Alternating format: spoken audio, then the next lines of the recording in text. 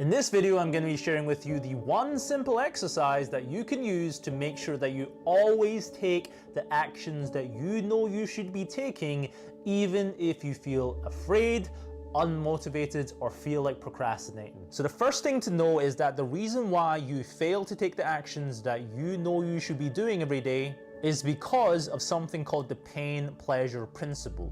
And if you're failing to take the right actions, it's because you associate tremendous pain with taking action and pleasure with not taking action.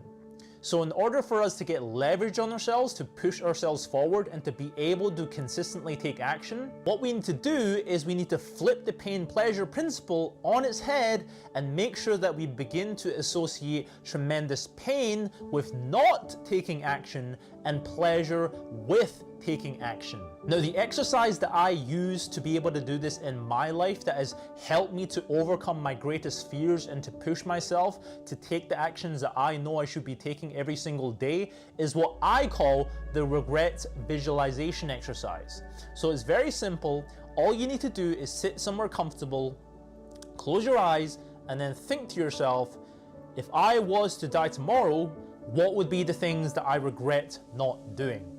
And when you ask yourself that question, you have to be 100% honest with yourself, because it's very easy to try to rationalize these things away and pretend as if it doesn't matter, but you have to be brutally honest with yourself. And once you do, the answers will come to you, and it's very clear exactly what you need to begin doing. And then once you figured out the things that you know you should be doing, then you have to begin doing it immediately. If you're not going to do it immediately, you need to schedule a date someday in your calendar in the near future to begin doing it. Because the reality is, guys, that no matter how hard you try to stuff away and pretend as if the things that you know you should be doing don't matter, those things sooner or later will come creeping back up again. Most people go through life living very inauthentically, right? There's things that they know they should be doing, but they pretend as if those things don't exist. They pretend as if those things don't matter. They stuff it under the carpet and pretend as if those things will never come back again. But what they don't understand is that those things will never go away. Sooner or later, you have to face the truth. And for most people, that means a midlife crisis, right? Around about 50, 55 years old, they come to the realization that they've been living a lie this entire time. They come to the realization that everything that they've been doing up until that point in their life is wrong. And they begin to have a tremendous sense of regret. But the problem is that when you're 55 years old, it's very hard to change anything. You're older, which means you're more tired, right? You don't have the same energy levels that you did when you were in your 20s or 30s. You're tied down to a marriage, probably with someone that you're not really that attracted to, that you just sort of settled with because you wanted convenience or you wanted this feeling of safety to be with them, and you didn't want to go out there and try to meet someone that you're actually attracted to. And at that point, you probably also have kids, which are not easy to walk away from, right? It's really hard to be able to walk away from that situation. Not only that, you probably have a house that you bought on a mortgage and cars on finance and all of this stuff weighing you down, and it's really, really, really hard at that point to really make any changes when you're already that invested into this inauthentic life, when you're already that invested in this life that society wanted from you, but that's not necessarily what you wanted for yourself. And those are the lucky people. The lucky people are those who get the midlife crisis when they're in their 50s. The unlucky people are the ones who, don't come to those realizations at all during their lifetime and only realize it at the very end when they're 90 years old and they're lying on their deathbed waiting to die. Those are the unlucky people. If you're 55 and you have a midlife crisis, you're lucky. Now, if you're 20 or 30 and you're procrastinating and you're afraid of taking action, then you're lucky to still be young right now, because right now you can make that change and it's not too late because you're still young. You have the energy levels. You don't have all these things weighing you down and all these obligations. And it's the time to really make that shift in your life. Because at the end of the day, guys, The only things that we ever regret is not trying at all. We don't regret trying and failing, okay? We only regret not giving it our best shot. We only regret not trying at all. When I was 20 years old, up until that point in my life, I was incredibly shy. I was an introvert. I had very low self-esteem, no confidence, zero experience with the opposite sex. And I was terrified to even talk to a girl. And when I was 20, I knew that I had to make a shift in my life. I knew that I wanted to change. But there was this sense of fear within me. There was this anxiety, this social anxiety that I had bred into me since a young age. You know, as a result of being the least popular, one of the least popular kids in my school. Being in a position where I didn't have parents that taught me anything about social skills because they were too busy working all the time. I grew up comparing myself to my siblings. My siblings were popular and cool.